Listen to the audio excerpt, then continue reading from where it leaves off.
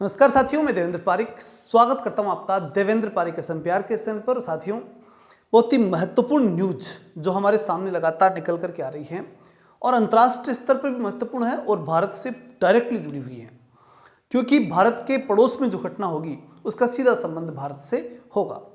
अभी इसके अंदर एक बड़ा और महत्वपूर्ण करेक्टर के रूप में अमेरिका की भूमिका लगातार देखी जा रही है, क्योंकि वो तो पूरे विश्व में ठेकेदारी ले रखा है कि शांति स्थापित करेंगे और खुद गलत से गलत एक्शन करने पर भी अपने आप को सही साबित करने का प्रयास करता है। तो सबसे पहले और सबसे महत्वपूर्ण घटना जो अभी हाल ही में आई है वो है कि जब मुशर्रफ राष्ट्रपति थे पाकिस्तान के, उस समय अमेरिका पूरी तरह से कंट्रोल कर चुका था किस पे? पाकिस्तान पर।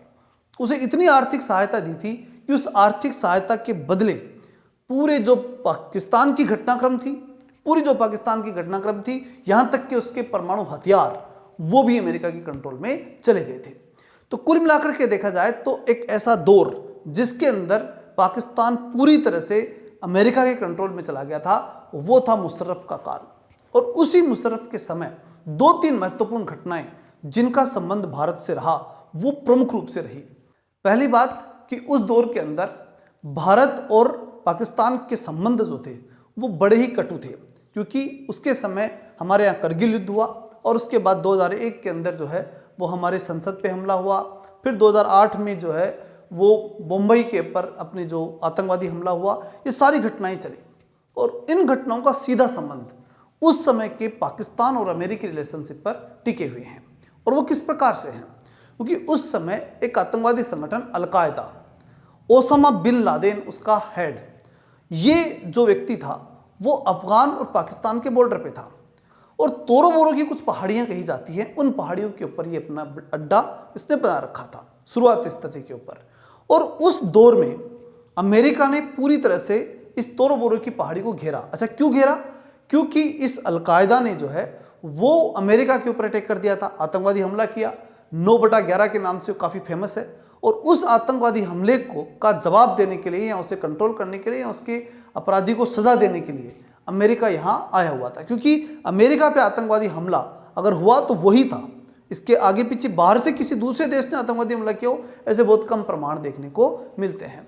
तो इसलिए अमेरिका के लिए बर्दाश्त से बाहर की चीज़ थी और उसने जो है वो इनके ऊपर पूरी तरह से अपने आप को हावी कर दिया और यहाँ पर जो अल-कायदा था उसे पूरी तरह से नष्ट करने का प्लान बनाया था।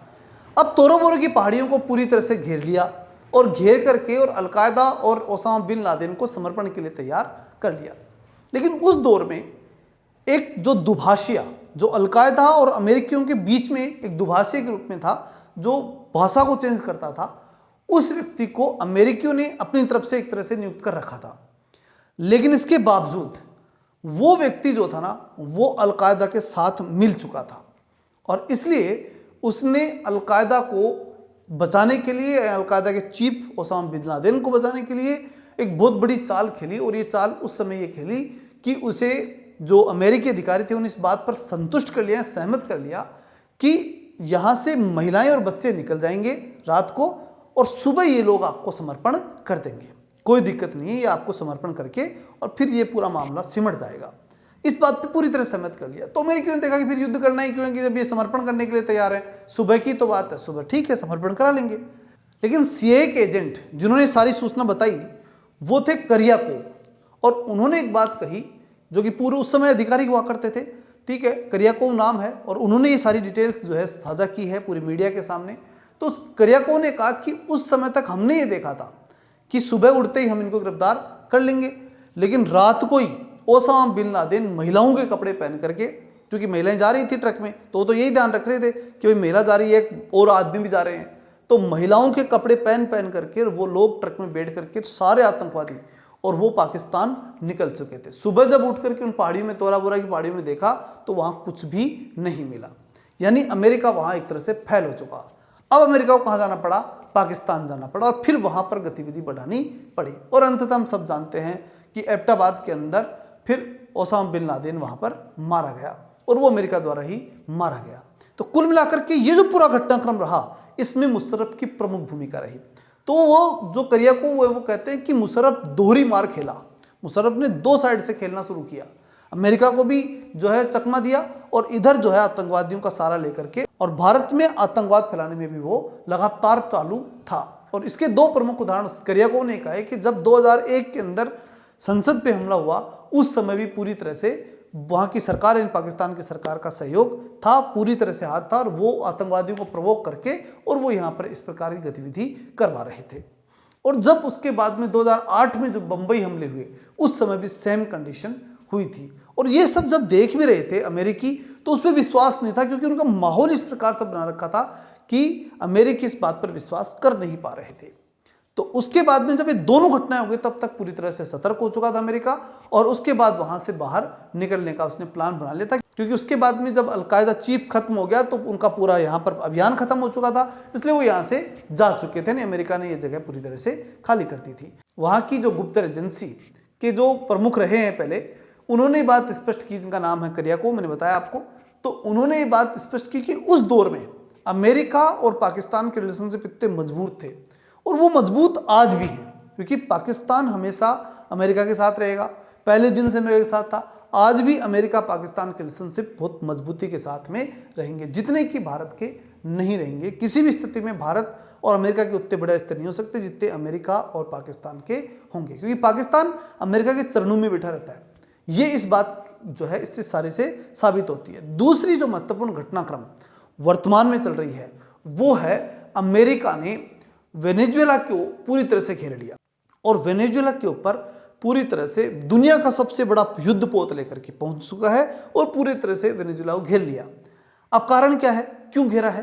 तो उसका मानना है कि वहाँ से यानी वेनेजुएला से जो है वो ड्रग्स अमेरिका में सप्लाई होती है, और अमेरिका पूरी तरह से ड्रग्स के अधीन, वहाँ के युवा जो है वो ड्रग्स के अधीन होते जा रहे हैं। तो इसलिए वो वेनेजुएला के ऊपर अटैक करना चाहता है, ये बात तो कहना चाहता है। अब इस मामला जो है ये कितना सही है कितना गलत तो नहीं जानते, लेकिन वो ये कारण पूरी दुनिया को बताकर फिर वेनेजुएला के ऊपर अटैक करना चाहता है। और वो युद्धपोत इतना भारी भरकम और इतने भयंकर हथियारों से लेस, परमाणु हथियारों से लेस है कि ऐसे में पूरे विश्व के अंदर एक ये चिंता बढ़ जाती है कि अगर वेनेजुएला के ऊपर ये अटैक करते हैं तो कितना बड़ा नुकसान कर सकते हैं। तो कहने का मतलब यहाँ अमेरिका विश्व में जहाँ शांति की बात करता है, वो कह रहा है कि हम विश्व में शांति स्थापित कर रहे हैं, जगह जगह हम शांति की बात कर रहे हैं, दो देशों के बीच हम शांति स्थापित कर रहे हैं, भारत पाकिस्तान जब जो है वो आपस में लड़ते हैं तो हम छुड़ाते हैं, ये सारी बातें वो कर रहा है। तो वो खुद किस काम को कर रहा है ये पूरी दुनिया को देखना चाहिए और समझना चाहिए। यानी अमेरिका अपनी दादागिरी वो है वो परमानेंट स्थापित करना चाहता है। वो दोनों जगह ये दिखाना चाहता है कि मैं ही सब कुछ हूँ, शांति भी मैं ही स्थापित कर सकता हूँ, युद्ध भी मैं ही कर सकता हूँ। इस प्रकार की गतिविधि वो करना चाहता है। इसी प्रकार एक तीसरी जो महत्वपूर्ण घटना अंतर्राष्ट्रीय क्षेत्र में घट रही है वो ये कि पाकिस्तान का पानी वो अफगानिस्तान ने रोक दिया है। जैसे कि सिंधु जल संधि समझौते के तहत हमने एक बार उसे सस्पेंड कर दिया, रोक दिया है, सिंधु का जल हम नहीं दे रहे पाकिस्तान को, ऐसे ही अफगानिस्तान ने भी, चूंकि अफगानिस्तान और पाकिस्तान के पिछले दिनों काफ़ी रिलेशनशिप कठोर रहे हैं और लड़ाई रही है, कुछ लोग मरे भी हैं वहाँ, पाकिस्तान के भी मरे हैं और अफगानिस्तान के भी मरे हैं। तो ऐसे में ये जरूरी था कि अफगानिस्तान कुछ कदम उठाता और उसने कदम उठाया। वहाँ की एक महत्वपूर्ण नदी कुन्नर नदी जिसका पानी पाकिस्तान जाता था, उस नदी के ऊपर डैम बनाने का प्रोजेक्ट स्टार्ट कर दिया है, और यानी कि साफ कर दिया है कि अफगानिस्तान का पानी अब पाकिस्तान नहीं जाएगा। तो कुल मिलाकर के देखा जा सकता है कि आज की तारीख में जो साउथ एशिया है या दक्षिणी एशिया के अपन जो क्षेत्र की बात करें, इसमें विशेष रूप से भारत, पाकिस्तान, अफगानिस्तान, इस पूरे क्षेत्र में, और एक तीसरा, तीन के बाद में चौथा जो महत्वपूर्ण करेक्टर के रूप में जो है वो अमेरिका, ये हमेशा टांग अड़ाने यहाँ पहुँच ही जाता है। तो इस प्रकार से जो है पूरी वैश्विक स्थिति इस प्रकार की है कि यहाँ हमें ये समझना पड़ेगा कि भारत अपने हितों को देखे, क्योंकि एक घटना और इसके साथ जुड़ी हुई आ रही है, और वो है कि पाकिस्तान ने अपने जो खाड़ी देशों के अंदर, जो अरब सागर है इसके पास के जो देश हैं, उन सब देशों से अपने रिलेशन बनाने शुरू कर दिए, और इस बात पर कि इस्लामिक राष्ट्र है और उस प्रकार का इस्लामिक एजेंडा बना करके और उनसे संबंध स्थापित करके गठजोड़, एक आर्मी गठजोड़, एक सैन्य गठजोड़ बनाने का प्रयास वो लगातार कर रहा है। तो इसलिए भारत को भी बहुत अधिक सचेत होने की आवश्यकता है। चलिए मिलते हैं नेक्स्ट वीडियो में, तब तक के लिए जय हिंद, जय भारत।